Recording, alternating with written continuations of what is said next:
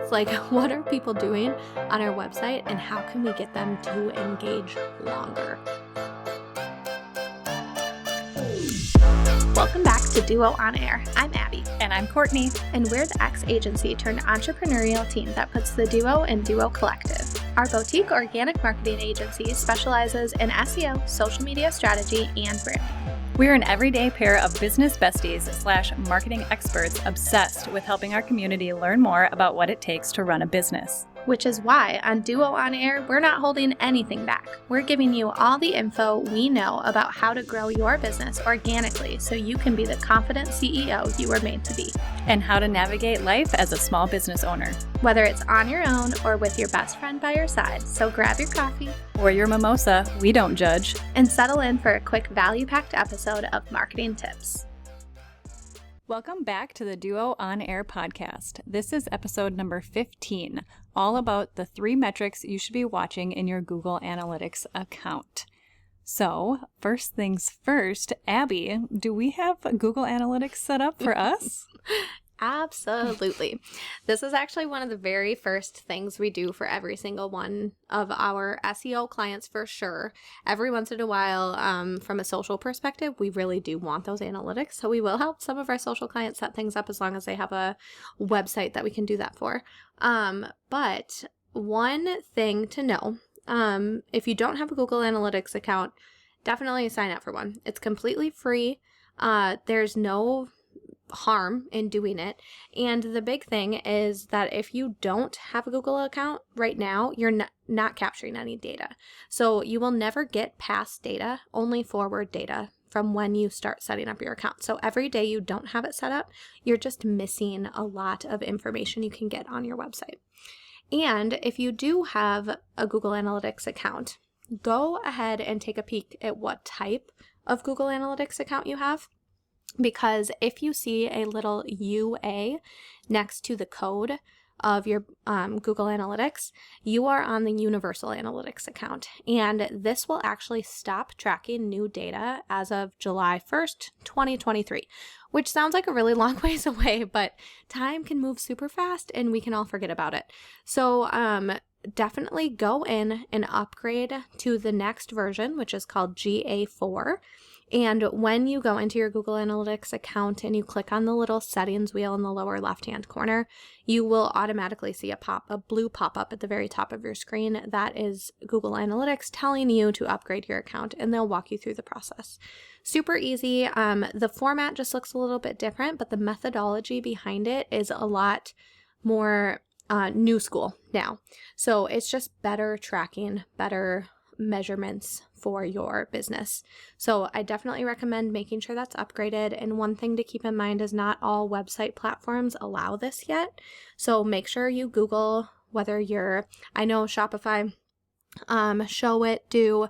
I am not sure about Squarespace. It might have been a recent update, but just make sure you Google it real quick just to make sure that your website platform allows it. And my guess is that since Google put this deadline out there, no matter what, these website platforms, at least the really big ones, are going to make sure that they comply and they have a way for you to use the new account. So once you're all set up here, then what is it that you should be tracking monthly or at the very least quarterly? Good question. So there's a lot. When you first get into your Google Analytics account, you will most likely feel overwhelmed. Most people set it up and they just forget it because it can feel super overwhelming. So what we're going to do for you is if you go to the show notes after you're done listening or while you're listening, wherever you're listening, please don't do it if you're in the car, but we will give you the exact layout of where to go within Google Analytics to identify these 3 little points that we like to look at. So the first one is audience. This is kind of obvious. We've talked about this a lot in the podcast as of recently about understanding who your audience is. And you can actually know for certain exactly who your audience is that is visiting your website. So you can understand who they are. Are they male, female? Are they, what age groups are they? Where are they located? What are their interests? This stuff can get really nitty gritty And there's a lot of really interesting information in there that you can find out about who your audience is. And the big thing to understand with this is, does this person that you're seeing in your Google Analytics, do they match who you feel like your ideal audience or your niche is? Every once in a while, you're going to get some other people attracting to your website, and that's okay. But overall, your audience on your website should align with who you want your ideal audience to be in the real world and who you want your clients and customers to be. And if it doesn't, then this is your opportunity to consider creating different content. You need to make sure that your content is driving in the right types of people. So this could be the blogs that you're creating. This could be the keywords that you're using on your website that people are searching for on Google. There's a lot of different things that people, that your website has that could be deterring the wrong people or bringing in the right people. That's very, very interesting. So we can learn about the demographic of who are visiting our website. What else can we learn in Google Analytics? It's kind of endless, which is why everyone just pops out of there because they're super scared of it. A little overwhelmed. A little overwhelmed. So that's why we're just giving you 3, okay? We're just giving you 3. You can understand these 3 things very easily, and you will feel a lot better about understanding who is visiting your website and then how they're visiting your website. So behavior is the next thing that you can understand. So when people come to your website, what are they engaging with the most? What are your top performing pages? And what are your top performing blog posts? What are your top performing products? What are your top performing categories? You can truly understand where you are getting the most views and the deepest engagement. So understanding how long people are hanging out on your page can be super important to tell you whether your content is right or wrong. So you should use this as a guide to create more content like it moving forward. So the last one of the 3, so far we have audience, behavior, and then the last one is acquisition. So this is our nerdy SEO selves. This is our favorite spot to go. We go here all the time. So this is how people are finding you. So I know we are all curious how people find us, and typically you have a little form on your website that says, how did you come to our website? And they'll tell you, I found you on Instagram, or I found you through your email list, or a free resource on Pinterest, whatever it may be. A lot of times, if you have a good SEO strategy, you might see people say, I just searched on Google and I found you. And those are like, we cheer. That's the best answer ever. It is. It's the best answer ever. You feel so good about that. So this tool and this other report in Google Analytics can give you the ratio breakdown of how people are finding you. And there really isn't a right or wrong answer. It's not like, oh, you should have 20% of people coming from social, 30% coming from search. Like, there is no right breakdown. It really matters based on your goals for your business. What is the biggest priority for you? If the biggest priority for you is to be higher ranking on Google and for people to find you searching for very specific problems, then organic search is your goal. If you are always hanging out in social media should be a huge referral for you. If referrals is another category, if referrals is a goal for you, this likely means that you have an influencer campaign where your website is linked on other campaigns, and that is a huge goal of how you want to drive traffic. Then your referral number will be really high. Or direct traffic. Say you have a subscription or a membership where you want people, not new audience members, but current or old audience members coming back time and time again directly to your website, then this number might be a lot higher. So it really just kind of depends on the types of content you're creating, where you want to spend your time, because ideally you should have a good ratio across all of these. You should see a good mix or a healthy mix of people coming in from all different areas. Okay, so what else should we still be considering? So those are really the three things that there's so many other things you can look at, but to keep things simple and to not feel overwhelmed and to make you not want to hit the back button every time you go into Google Analytics, those three things are the things that you should just focus on looking at consistently. The more you look at it, the more familiar you're going to get with the layout and kind of what's going on, and the more excited you'll be to see how things change over time. So what else you should be considering is there's a little section in your reports that's also called technology. This can help you understand how people are viewing your website. What devices are they using? Are they viewing you on mobile versus desktop? You can even see screen resolution. So you can understand, are people looking at you on the really, really big screens or the really small ones? And are your images optimized to handle this? What type of device? So Android versus iPhone. This is something that was a huge deciding factor for us when we first launched our podcast because we didn't know what platforms we wanted to be on. We figured we should be on all of them, but it was like, okay, let's understand where our audience is. Are they mostly using Apple? Are they mostly using Google? Are they mostly using Spotify? Like, let's figure it out. So looking here, we can help understand, okay, do people have Android or iPhones, and which one should we be catering to most when it comes to our show notes and our website?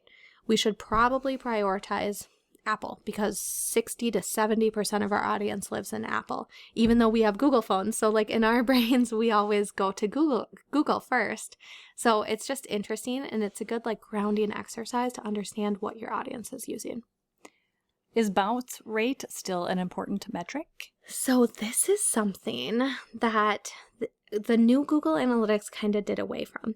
And I actually really love it because bounce rate is actually like a really negative thing. It's like, how high is your bounce rate? This just means our people are coming to your website and immediately leaving, meaning they didn't mean to click on that link or your website wasn't what they wanted it to be. But it means they didn't spend any time there. They just immediately exited out.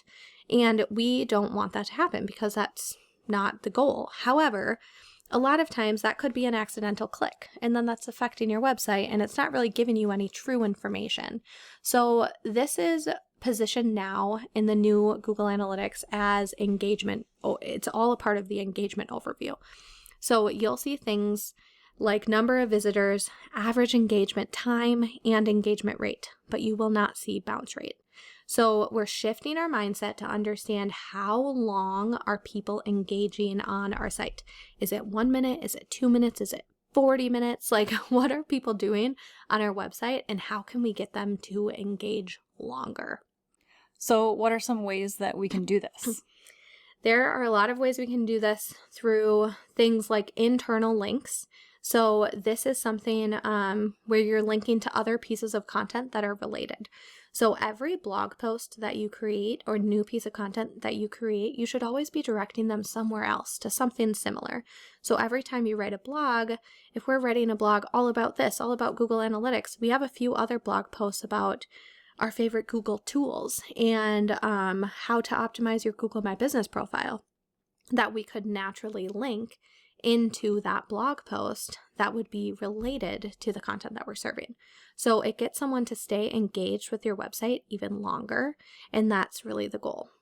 And then a few other ways to do that are to make sure that the content is actually something that people are searching for. So a lot of times we create content that we think people need, but we don't know for sure. So you're not using a keyword research tool to better understand what are people searching for and how are they searching for it. Maybe the idea of the content you have is right, but what people are specifically searching for isn't resonating with what you're creating. And then the last thing you can do is create shorter, more skim-worthy paragraphs with lots of headlines. Because in general, we are lazy. Like, everyone is just lazy, and we don't want to read a novel. We don't have time to read a novel. We want to skim. We want to get to the point that we want to understand. And the more skim-worthy content you create, the longer they're actually going to hang out and read. So it kind of seems like opposite, like, oh, if we create quick skim-worthy paragraphs, they're not going to hang out as long. But that's actually the opposite, because If you land on a website where it's just heavy paragraph after heavy paragraph, you're not even going to start reading. So at least with skim-worthy content, you're going to start reading and you're typically going to stay longer than you would otherwise. So goal moving forward, forget about bounce rate, or think about it less at least, and try to focus on increasing engagement. And rather than that, like focus on people not hitting that X button on your website. Let's get them to stay longer. So Google Analytics is a super amazing tool, and even when I pop in there, I get a little overwhelmed, but it is fun to look at, especially like all the graphs and numbers and where people are coming from and who they are. But are there any other tools that you would suggest other than just Google Analytics? Yes. So the other tool from a Google standpoint that we really suggest is Google Search Console. So Google Analytics, how we explain this is Google Analytics tells you everything that's happening on your website. How is your website performing and how are people coming to your website?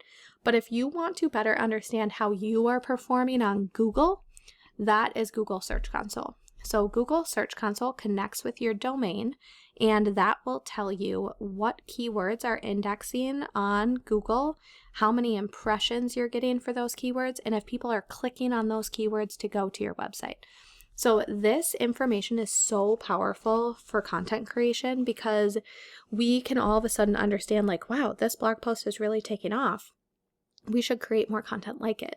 The more clicks and views you get on content like that, and then if you create related content, Google will understand that those pieces of content are related and can sometimes pass through authority, helping that new piece of content rank higher quicker. So it's kind of really important to use that as part of your content strategy. And the best part is that it is completely free. So those are just some of our tools that it's super long-winded to talk about this, but in reality, whenever we work with our SEO clients, it takes 15 minutes for us on a call with them to set them up with all of these tools. It's super quick to set up, and even if you're not ready to dive into the data, just set them up. Set them up and move on, because at least the data is there so that when you are ready to dig into it, you have it tracking the information for you. And if you are really struggling with this and can't think about like how to do this yourself, need someone to walk you through these tools, help you set up these tools, we can do that with you too. So we kind of created strategy sessions for this reason, so that we can just spend an hour with our clients just to walk them through things like this. Like, let's get all these tools set up for you. Let's help you feel good about what these tools are doing for your business so that you know where to go and how to understand them. If you liked this episode, please be sure to share it with a friend and subscribe so you don't miss any new episodes dropping every Monday. Plus, if you haven't already, please leave us a review and you will be entered for a chance to win a box of Duo's favorite things. At the end of every month, we'll be doing a drawing and the winner will receive a box of goodies. See you next week.